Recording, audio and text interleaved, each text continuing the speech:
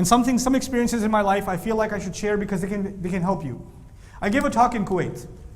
I finished my talk, big security thing, you can't talk to people, they don't let you talk to people. So I snuck around the other side of the masjid and talked to people on the street.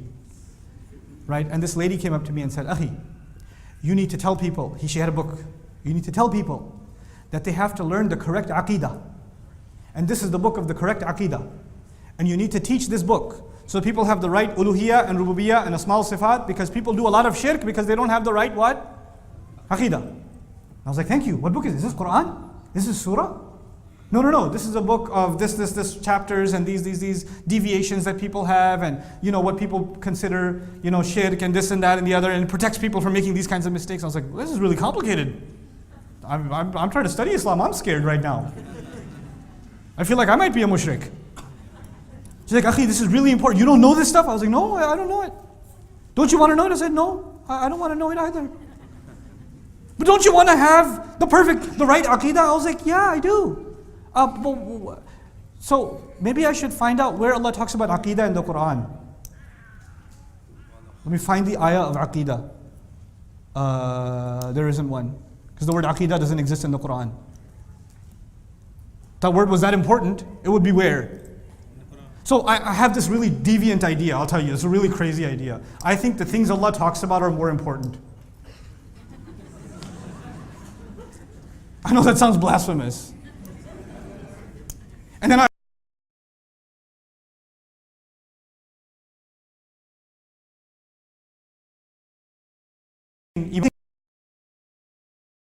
know, it's really messed up. I think nobody taught Iman, not Aqeedah, because Aqeedah is not used in the Quran. What's used in the Quran? Nobody taught Iman better than Ibrahim alayhi salam, and Musa alayhi salam, and Isa alayhi salam. I think they're better than any scholar at teaching Iman.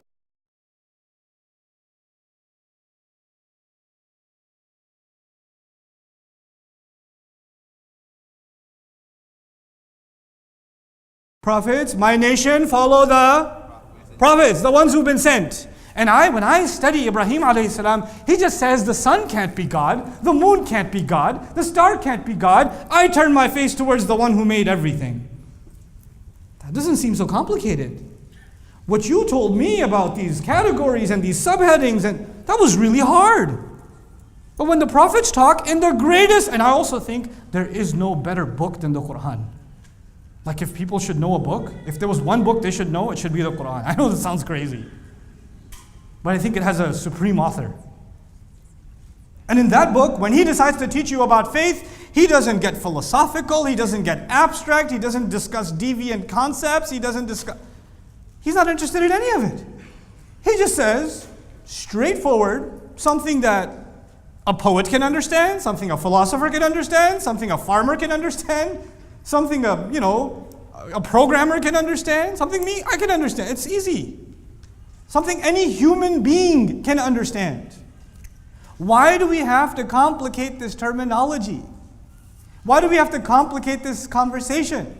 When Allah's messengers, all of them, one of their great sunan, one of their great legacies is al-balaghul mubin. They communicate in a way that gets to your heart, and they just separate truth from falsehood. That's all they do. It's simple. It's not complicated. You know what we've done, right? We've turned the conversation about Islam into conversations about books written by people about Islam. Those books have become Islam. And the only book that doesn't get its attention anymore is what? It's Quran.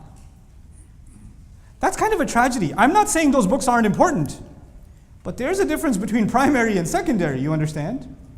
And then we've done a real, the shaitan's done this one. He's so good at this. I'm impressed, shaitan. You know what he's done? Those books you should read. Allah's book is for the scholars.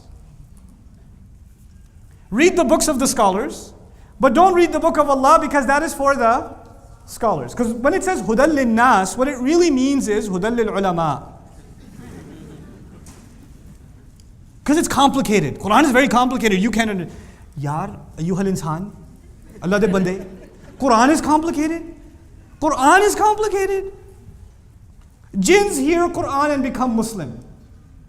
But passing by, They hear Quran and they become Muslim. And then they speak because they were so inspired. And Allah puts that in the Quran. And to you, Quran is complicated. Where did they get their degree before they speak about Quran?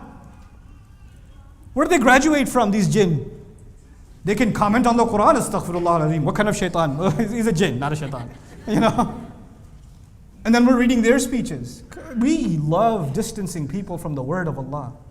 Yes, I acknowledge there's the possibility of you misinterpreting or coming to the wrong conclusion. But the journey of learning, so long as it's sincere, and you go to people who know better than you, فَاسْأَلُوا أَهْلَ الذِّكْرِ إِن كُنتُمْ لَا تَعْلَمُونَ. Ask people who do more remembrance than you do, who try to memorize, who try to study. If you yourself don't know, that is the journey of every human being.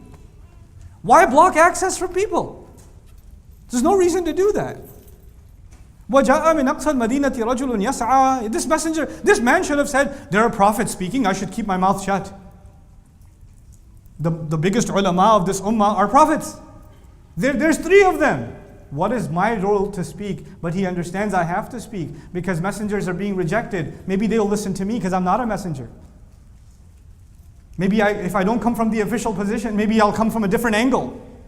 Maybe Allah will accept that. He's not coming as competition to messengers.